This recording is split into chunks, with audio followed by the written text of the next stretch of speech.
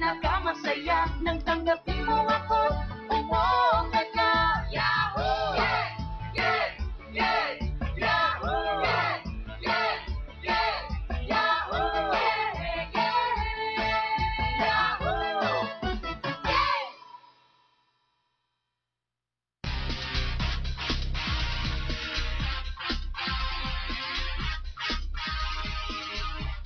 Hi! Gusto mo bang gumanda pero wala kang pera? Kung may pera ka man ay tama lamang sa iyong pangangailangan. Don't worry dahil marami akong ibibigay na tips for you to look beautiful. Breakfast mask. Ang skin menu na ito ay kumpleto sa protein at whole grains.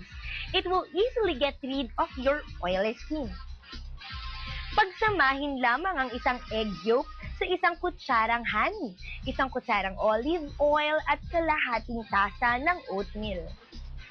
I-apply sa mukha at hayaan ito ng 15 to 20 minutes bago ito banlawan ng maligamgam na tubig. Pagkatapos banlawan ay saka ito i-moisturize and presto! Mayroon ka ng oily-free skin for the day. Honey Papaya Mask. Ang mask na ito ay para naman sa may mga hyperpigmentation, sunspots at hindi pantay na pigment sa balat. Paghaluin lamang ang 2 kutsara ng honey at kalahating tasa ng dinurog na hinog na papaya. I-apply ito sa mukha sa loob ng 15 to 20 minutes bago banlawan at i-moisturize. At ang last ay ang Honey Citrus Mask. Ito ay magbibigay sa inyo ng healthy glow. Paghaluin lamang ang 3 kutsara ng orange juice at kalahating tasa ng honey. Standby lang kayo ha. Lalong-lalo na yung mga nangungulit kay Doc. Kung matutuloy ka daw ba sa August 14 yan sa Cagayan de Oro. Anyway, mamaya sasagutin yan. Pag-usapan muna natin yung tungkol sa acai berry. Dahil ang sinasabi, sa bagay, ito, na-research ko. Sa lahat ng mga prutas, may access kayo sa internet. Search nyo. Anong prutas may pinakamataas na ORAC value? Ano ba yung ORAC, Miss Cathy? Pag sinabi hong ORAC, anong ibig sabihin po nun? Yung ORAC is oxygen radical absorption capacity. So, ang kapasidad ng isang nutrient to absorb the free radicals sa cells natin. Oo. Kumbaga tanggalin. Tanggalin. I-flash out. Oo, i-flash out. Kasi yung in addition na sinabi ni Doc yung cleansing, dapat may cleansing ka kasi what good is your supplement kung yung cells mo naman ang daming toxins na nakadikit, hindi siya ma-absorb. So dapat may antioxidant ka, tatanggalin yung toxins para yung mga nutrients papasok at saka ma-utilize ng cells. Yung ba talaga yun, Doc? Kasi 'di ba, hindi naman maiwasan eh. Aminin na natin, kahit naman din tayo nakakain din tayo ng mga tinatawag na hindi tamang pagkain, tulad ng mga tama-tama. Pakipindot lang, Doc, yung green. Hindi lang sa hindi tamang pagkain, from the environment. Ayun, tama ka rin. Tinatawag na free radicals, no? Ang pang-kontra dyan is antioxidant. Simple. For example, meron kang isang mansanas. When you open it up, pagkatapos leave it for some time, nag-oxidize yun. So ngayon, ang action ng antioxidants mo ay para hindi siya mag-oxidize. Kaya nga anti eh. Kaya nga anti. Kapag sa matter naman, it's like nagkakaroon ng rust ng kalawang. So ang pang-alis doon are antioxidants. Pero bakit acai berry? Ano ho ba itong acai berry? Bakit napaka-popular nito, Miss Cathy? Hindi lang sa Pilipinas, actually mas nauna ang ibang bansa, ang US, na mismo si Oprah Winfrey. At tinutulak talaga itong acai berry. Ano ho ba itong acai berry? Saan ang galing ito? Actually, yung acai berry, yung prutas mismo, galing sa Amazon forest sa Brazil. So, doon lang sa forest, matagpuan ito. Ito ay parang staple food sa Brazilians. Staple sa atin dito, staple natin, rice. So, basically, kinakain nila. Pero hindi kinakain na from the plant itself kasi masyadong mapait ito eh. Talaga? Oo. Ang alam natin, kilala natin yung asawa ni John Estrada, di ba? Si Priscilla Mireles. Siya ang nagkwento sa akin ito kasi Amazonian siya eh. Talaga? So ito, mag-ingat ka dyan, ha? Okay. Ito talaga yung parang love niya na pagkain, itong acai berry. I-grind nila kasi yung prutas, 90% is seed. So, 10% lang ang pulp. Oo. Oo. I-grind nila sa screen. So, yung parang pulp, yung extract, yun ang kinakain nila. Nilagyan nila ng asukar, saka kinakain. Oo. So, basically, it's good for infant to elderly. That's why na-notice, it came up na yung scientists, yung mga anti-aging doctors sa US, they were trying to investigate bakit yung mga Brazilians, di ba na-notice natin, Doc, yung kutis nila masyadong glowy, oo, yung body nila tight, oo. So, ano daw ang kinakain nila? So, then they try to discover na asayi pala yung dahilan bakit they're young and youthful. Oo. So, ang mahirap lang sa asayi kasi madali siyang mapanis.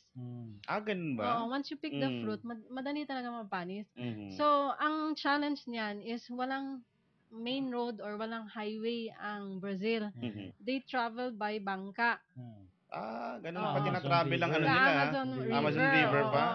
So, that's why nahirapan silang magpalabas ng acai berry patungo sa western kasi madaling mapanis, walang electricity. So, that's why ang mga scientists sa US, nag-ano sila ng freeze-dry equipment, parang, just to store the nutrient. Saka ipadala sa US, which is the same sa atin produkto, pinadala sa US. Dun sa US, pinaprocess as parang walang additives, walang preservative, like our own brand, which is organic. Organic acai berry. Maraming mga acai berry ngayon sa market. Meron pang iba naka-capsule o tablet pa yata yung iba, no? Anong kaibahan ng acai berry ng organic sa iba pang mga acai berry sa market ngayon? Okay. Ang organic kasi, it's formulated for Asian taste. Kasi ang nasa market, because I just came from US, no? I look at the other brands of acai, masyadong malabnaw, masyadong mapait, at saka yung taste is bland. Kasi yung ang American taste is bland. Bland nga talaga. Bland taste, no? So, ang nangyari, when you go to people's house, may acai sila, pero mapanis sa fridge kasi walang continuity. Kasi hindi nila gusto yung taste. So, it defeats the purpose of you taking it every day. So, sa atin, pina-formulate natin talaga for Asian taste. Masarap talaga ang acai. Even yung I have to mention, anak ni Lucy Torres. Yung ginagamit niya everyday. Julian yata yan. Oo. Ginagamit niya everyday. At na-impress si Lucy kasi mapili yan sa mga supplement. Talagang ginagamit nila everyday. Iniinom. So, ang maganda sa organic, pag ilagay mo sa table, that's good for infant to elderly. Maano yung taste kasi At saka it's very concentrated. Oo, yung iba kasi diyan they just add volume. Ibang juice just to add the volume, pero yung acai content talaga masyadong maliit na lang. Yan gusto ko rin malaman yan dahil ang alam ko dati, no, parang isa lang yung organic acai berry, pero dalawa pala yan.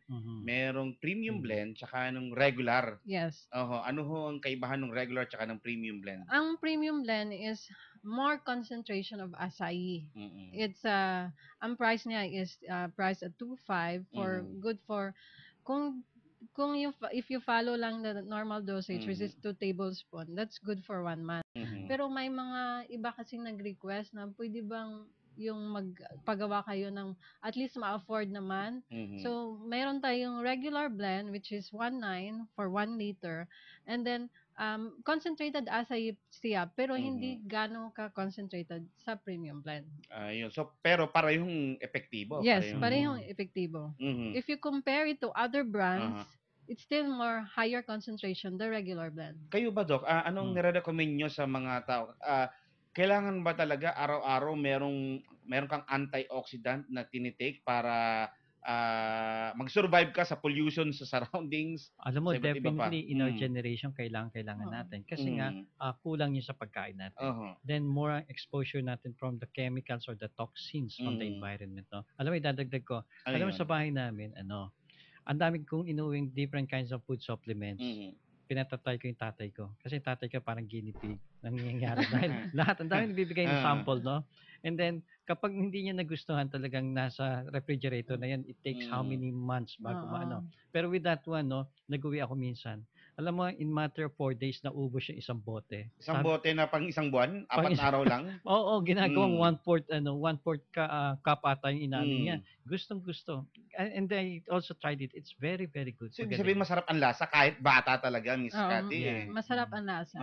Oo. And then, ginagawa din siya, minimix mo sa smoothie, sa pwede rin pala. salad dressing. Parang hindi boring na yun lang, drink lang ng drink. No? So, may iba-iba siyang, you can mix it and experiment.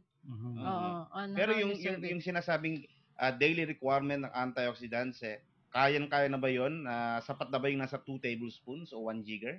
Yes. At saka ma-observe mo din sa mga feedback sa mga client. Talagang, yun na nga sabi ni Doc, in 2 weeks, yung maganda ang feedback sa client. Ano ang naramdaman, Doc? Actually, yung palpitation at saka paninikip ng dibdib. Yun ang pangontra doon, sabihin? No, I mean, majority ng binigyan ko. Yun ang unang napansin. No? Nawala yung paninikip ng dibdib at saka yung palpitation. So, it's really very effective. Talaga? Sa mga nagpapalpitate? Bakit ba nagpapalpitate nga pala? Well, ibig sabihin may kakulangan ng oxygen. Isa yan. Or there could be problem with sinabi natin kanina, electricity in the heart.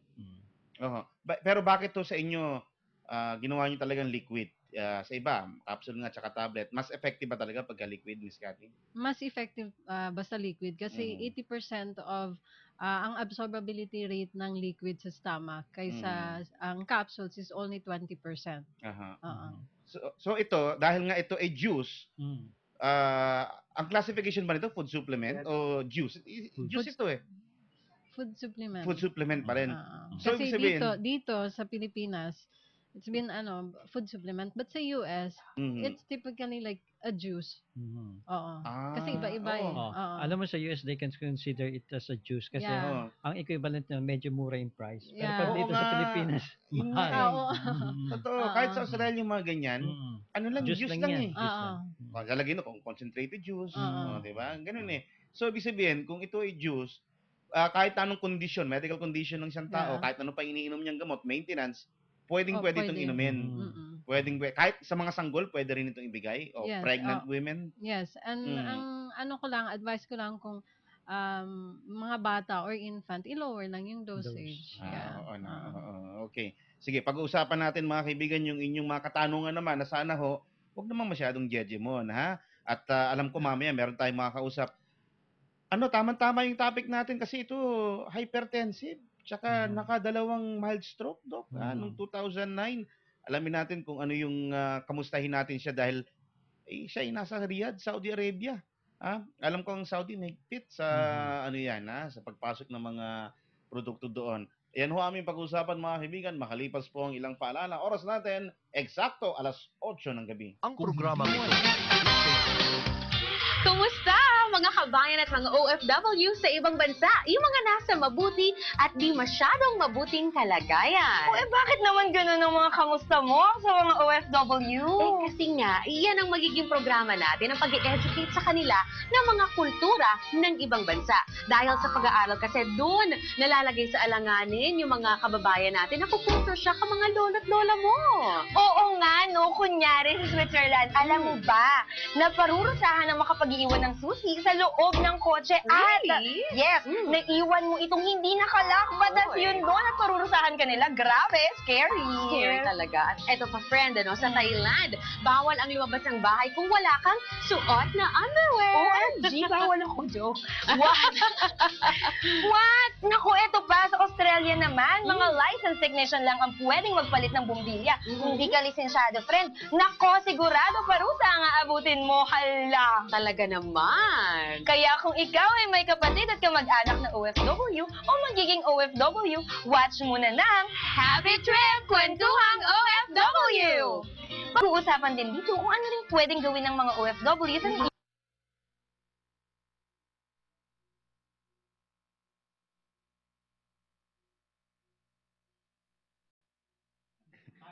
Tatagin yung kulay green, Doc. Nakalimutan mo lang. Yun. Buti hindi narinig yung tagay.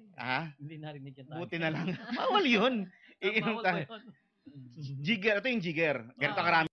Sige, inom muna tayo, ha? Kampay. Kampay. Parang ganun din yan. Okay. Cheers. sa halip na alak, ito Mhm. nang inumin nyo, ha? Mm. Hindi pa kayo pagbabawalan ng doktor, hindi pa kasi na kaya tumataas ang BP nyo dahil kung ano-anong mga iniinom yung alak. Eh, mga lalaki, lalo-lalo na, pag hindi lang naman inom gagawin yan eh, magpupulutan pa yan. Aba, syempre. At Anong pulutan? isang, Sisig. alangan namang isang ganito lang inumin. Kaya isang inumin yan, case, ha? Mhm. Kaya, nako, ingatan natin ang kalusugan.